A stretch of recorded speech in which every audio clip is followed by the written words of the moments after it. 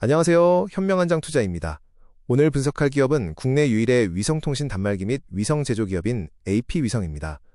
2025년에는 일시적인 실적 부진이 있었지만 2026년을 기점으로 위성 양산 체제 전환과 통신 고객사 다변화를 통해 완벽한 V자 회복이 기대되고 있습니다.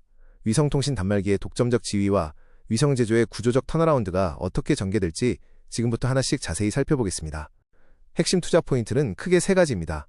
첫째, 위성사업부가 과거 단순 개발 중심에서 벗어나 KPS와 같은 핵심 부품 장기 반복 납품을 통한 양산 체제로 질적 진화를 이룹니다. 둘째, 통신사업부는 기존 뚜라야 서비스 재개로 기저 매출을 회복하고 입맛의 신규 수주로 단일 고객 리스크를 해소했습니다.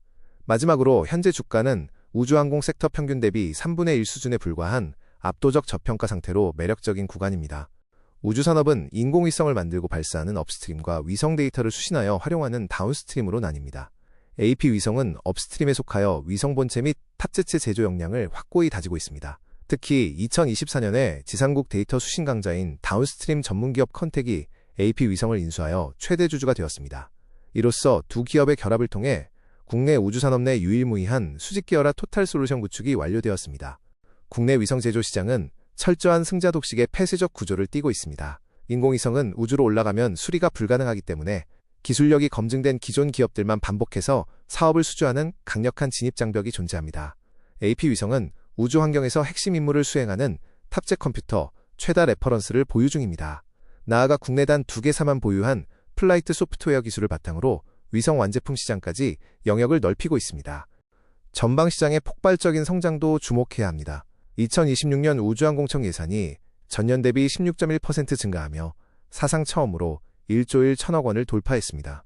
이에 따라 조 단위 메가 프로젝트들이 본격 가동됩니다. 향후 10년간 총 3.7조 원이 투입되는 KPS 사업을 비롯하여 달 탐사 2단계, 초소형 SAR 위성군 등 대규모 국책사업 파이프라인이 줄을 이으며 AP위성의 수주 가능 시장이 구조적으로 크게 팽창하고 있습니다. 위성통신 단말기 시장은 철옹성 같은 기술 과점 상태입니다. 위성과 단말기를 연결하는 핵심 기술인 베이스밴드 모뎀 SoC 반도체를 자체 설계할 수 있는 기업은 전 세계에서 AP위성을 포함해 단 4곳뿐입니다. 위성 사업자마다 접속 규격이 달라 범용 칩 사용이 불가능하며 막대한 연구개발 비용이 들기 때문입니다. 한번 채택되면 위성 수명주기 내내 단말기를 독점 공급하는 강력한 락인 효과를 누리게 됩니다.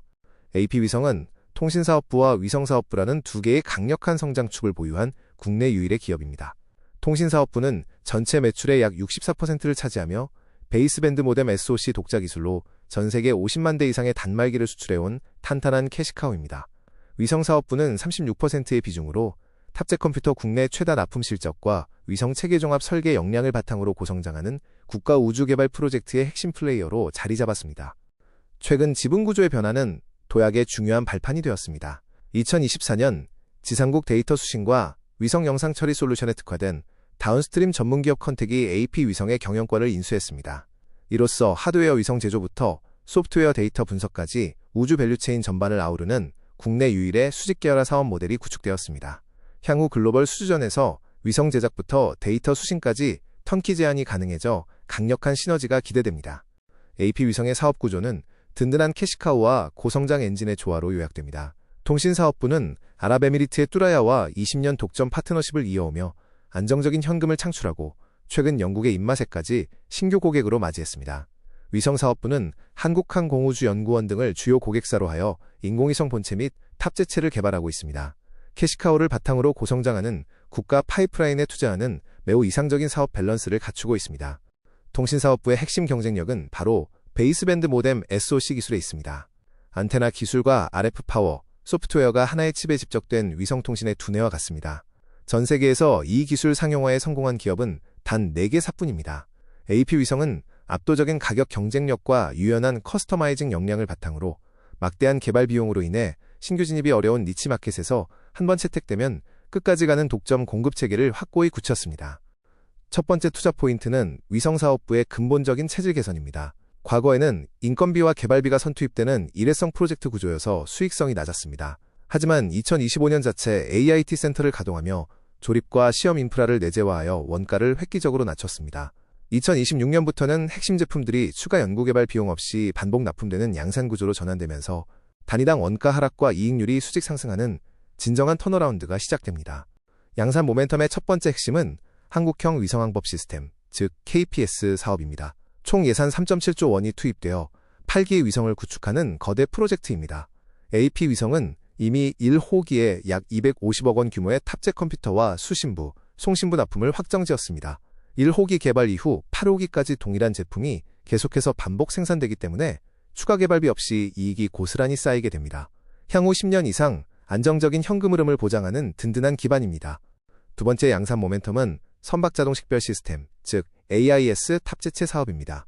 선박 위치 추적용 초소형 군지위성 40기의 탑재체가 전량 납품되며 2026년 상반기에 본격적인 양산에 들어갑니다. 더욱 매력적인 점은 이것이 우주산업의 구동 모델과 같다는 것입니다. 초소형 저궤도 위성의 수명이 약 3년이므로 주기적인 교체와 재발주가 무한히 반복됩니다. 일회성 납품으로 끝나는 것이 아니라 주기적으로 발생하는 지속적인 반복 매출 파이프라인을 확보한 것입니다. 두 번째 투자 포인트는 통신사업부의 완벽한 실적 정상화입니다. 2025년에는 뚜라야 3호 위성의 일시적 고장으로 단말기 수요에 공백이 생기며 부진을 겪었습니다. 하지만 이제 차세대 위성인 뚜라야 4호가 발사되고 서비스가 재개됨에 따라 억눌렸던 대기 수요가 폭발적으로 유입될 전망입니다. 고마진 주력 제품인 XT 시리즈 판매 비중이 회복되면서 연간 300억 원 규모의 든든한 캐시카우 역할을 완벽하게 복구할 것으로 예상됩니다. 통신사업부의 가치를 한 단계 높여줄 강력한 모멘텀은 글로벌 거대 위성통신사 인마셋 향 신규 수주입니다. 2025년 하반기에 약 146억 원 규모의 단말기 공급 계약을 체결하며 20년간 이어져온 뚜라야 단일 고객 의존에서 완전히 탈피했습니다. 계약 잔여분은 대부분 2026년 매출로 인식될 예정이며 초도 납품 성공 이후 추가 발주가 이어질 경우 규모의 경제가 발생하며 마진율이 급상승하는 엄청난 긍정적 효과가 기대됩니다. 2025년 실적을 되돌아보면 이는 펀더멘털의 훼손이 아닌 도약을 위한 일시적 숨고르기였습니다. 창사 이래 첫 연간 적자를 기록했지만 그 원인은 뚜라야 서비스 공백과 국책사업 예산 이연 같은 일회성 악재, 그리고 2026년 양산 전환을 대비한 선제적 인력 충원에 있었습니다. 결코 기업의 본질적인 기술 경쟁력 약화나 수주 취소 같은 구조적 문제가 아니며 악재가 소멸된 2026년부터는 억눌렸던 실적이 강력하게 반등할 것입니다. 2026년 실적 전망은 그야말로 완벽하게 확정된 V자 턴어라운드입니다.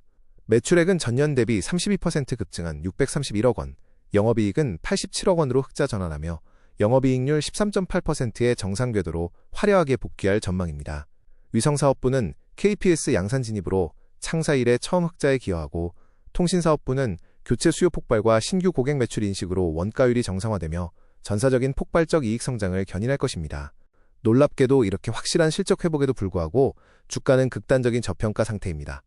2026년 예상 기준 AP 위성의 주가 수익 비율은 28.9배로 실체 없는 수주 기대감만으로 100배가 넘는 고평가를 받는 타 우주 기업들 대비 3분의 1 수준에 불과합니다. 과거 통신사업 하나만으로 받았던 밸류에이션 상단이 이제는 위성 양산이라는 새로운 엔진을 장착하며 하단으로 작용할 것입니다. 완벽한 사업 질적 전환기를 맞이한 지금이 적극적인 매수 기회입니다. 투자를 고려할 때 살펴볼 리스크와 그 상쇄 논리입니다. 첫째, 국책사업 발주 지연 우려는 우주항공청 개청으로 예산 집행이 가속화되며 상반기 내 발주가 거의 확정적이라 크게 염려할 부분이 아닙니다. 둘째, 저궤도 위성통신 부상에 따른 시장 잠식 우려가 있으나 AP 위성의 주력인 군사나 해양시장은 끊김없는 절대적 안정성이 필수라 저궤도로 완전한 대체가 불가능합니다. 또한 듀얼모드 단말기를 선제 개발하여 철저히 대비하고 있습니다. 결론적으로 AP 위성은 다가오는 우주시대의 가장 확실한 승자입니다. 2026년은 위성사업부가 개발해서 양산으로 체질이 완전히 뒤바뀌는 역사적인 전환점입니다. 전 세계단 4개사만 보유한 칩 설계 기술력과 독점적인 핵심 부품 공급망은 감히 넘볼 수 없는 강력한 해자입니다. 실적은 V자 반등이 확정적이나 주가는 철저히 소외되어 있습니다. 궤도 진입을 마친 2026년 AP 위성의 새로운 멀티플 확장이 시작됩니다. 이상 현명한 장 투자였습니다.